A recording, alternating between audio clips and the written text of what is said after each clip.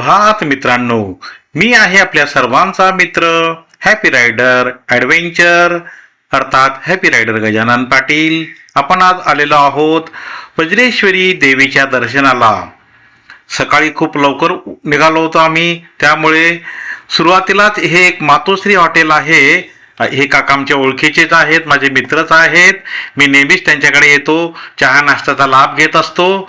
तर त्यांच्याकडे जाऊन आम्ही आधी गप्पा मारल्या, चहा नाश्ता घेतलेला आहे आणि आधी पोटोबा मग विठोबा या नियमाप्रमाणे आता आम्ही देवीच्या दर्शनासाठी निघणार आहोत. माझ्यासोबत आहेत शिरसाट सर आणि शिरसाट मॅडम आणि अर्थातच आमच्या सोबत प्रतिभाताई पाटील. तर चला मातेच्या दर्शनाला जाऊया. सुरुवातीलाच बघा, हे हार फूल प्रसाद याचे मुबलक दुकानं आहेत. मंदिर समोरूनच लांबूनच दिसते. मंदिराचा जो दर्शनी भाग आहे अतिशय भव्य दिव्य आणि प्रभावशाली आहे. श्री वज्रेश्वरी योगिनी देवी संस्थान वज्रेश्वरी येथे येण्यासाठी आपल्याला वसई रेल्वे स्टेशन येथून 30 किलोमीटर आणि ठाणे रेल्वे स्टेशन येथून 50 किलोमीटर अंतर आहे. खाजगी वाहनाने किंवा एसटी, ऑटो रिक्षा याद्वारे आपण इथे सहज पोहोचू शकतो. ठाणे जिल्ह्यातील भिवंडी तालुक्यात असलेल्या श्री क्षेत्र वज्रेश्वरी मंदिरावर जाण्यासाठी एकूण 52 दगडी पायऱ्या आहेत. पायऱ्या अतिशय सोप्या आहेत, चढायला वगैरे विशेष त्रास होत नाही. आणि मध्यभागी बघा, हे कासव महाराज आहेत, कुर्म अवतार भगवान. हे सतत मातेकडे एकटक पाहत असतात. छोट्याशा टेकडीवर असलेले हे मंदिर किल्ल्याची प्रतिकृती आहे आणि समोरच दीपस्तंभ, समोर प्रवेशद्वार, आजूबाजूला दगडी बुरुज आहे. किल्ल्यासारखंच ह्या मंदिराच्या प्रवेशद्वाराला दोन्ही बाजूला देवड्या आहेत. देवड्या म्हणजे पहारेकरी थांबण्याचं ते 2 ठिकाण आहेत. हे कुंडलनी मा जगदंबा, हे कुंडलनी मा जगदंबा, जागो जागो जागो जागो, हे मूलाधार निवासनी मा. पूर्वाभिमुख असलेल्या ह्या मंदिराला एकूण 3 दरवाजे आहेत. गाभाऱ्यात शिरल्यानंतर अतिशय शांत वाटतं. मातेची कृपा अनुभवास येते. किल्ल्याचं स्ट्रक्चर असल्यामुळे मंदिराचं बांधकाम दगडी आहे. कळस अतिशय विशाल आहे. मंदिराचा आजूबाजूचा परिसर व्यवस्थित मेंटेन केलेला आहे. अतिशय कल्पकतेने इथे अरेंजमेंट केलेली आहे. विविध सांस्कृतिक कार्यक्रम इथे होतात. नवरात्रीला तर इथे विशेष गर्दी असते. श्री वज्रेश्वरी योगिनी दिव्य संस्थान साडी प्रसादालय. भाविकांनी देवीस अर्पण केलेल्या साड्या देणगी स्वरूपात येथे मिळतील. हे बघा, हे तुमचे भक्त मंडळी त्या साड्या घेत आहे. अतिशय निसर्गरम्य स्थान आहे. आपण पूर्ण राऊंड व्ह्यू घेऊया. खूप सुंदर.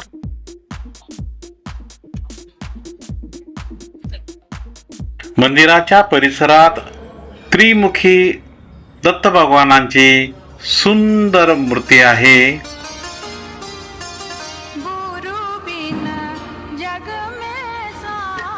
गुरुदेव दत्त.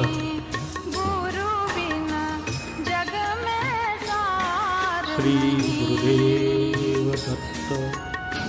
सद्गुरु प्रेम समाया मन में, सद्गुरु प्रेम समाया मन में. प्रसादासाठी व्यवस्थित हे करताय.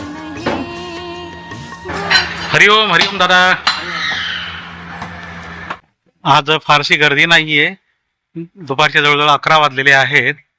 शनिवारी रविवारी जास्त गर्दी असते. नवरात्रीच्या वेळेला तर इथे तुडुंब प्रचंड गर्दी असते. महंत तपोनिधी वंश परंपरागत विश्वस्त कैलासवासी हेंद्रगिरी वामनगिरी गोसावी.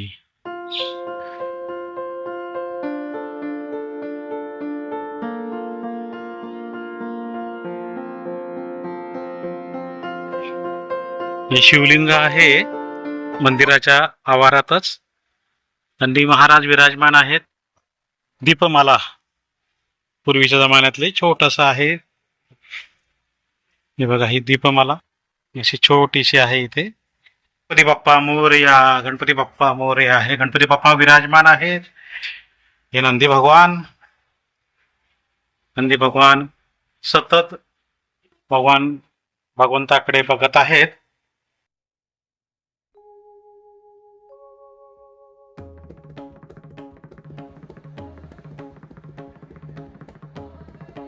कशा आहात?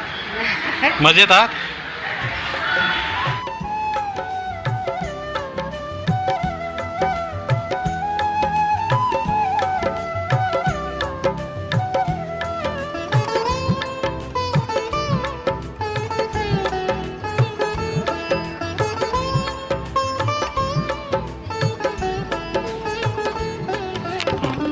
ना टूटे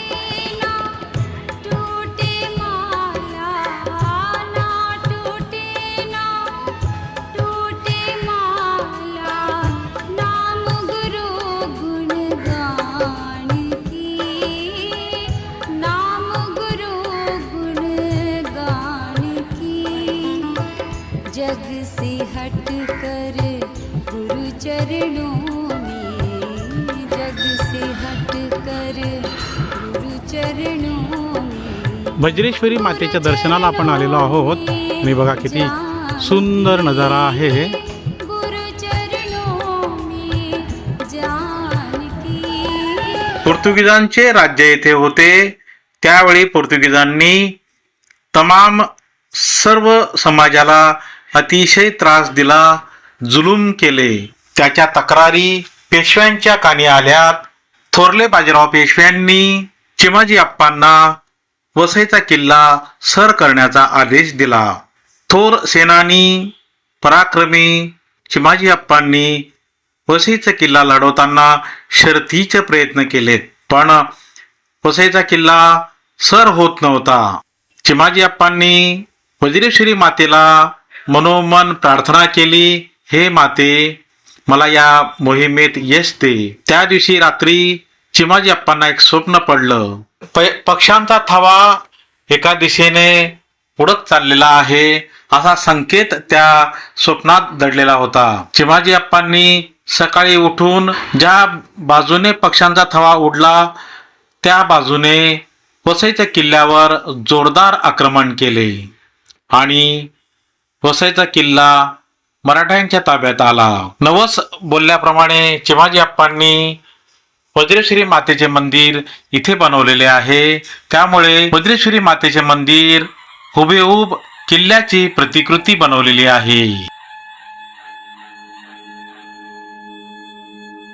ही बघा, ही दान तुला आहे.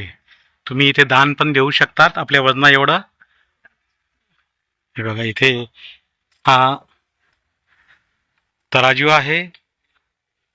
ज्या व्यक्तीची दान तुला करायची आहे त्यांना एका ठिकाणी बसवतात आणि दुसरीकडे आपण धान्य किंवा साखर किंवा जे काही पदार्थ आहेत ते इथे अर्पण करू शकतो. मे महिन्याचा शेवटचा आठवडा चालू आहे. अतिशय गरम होत आहे. कडक ऊन असल्यामुळे खूप पाणी प्यावेसे वाटते.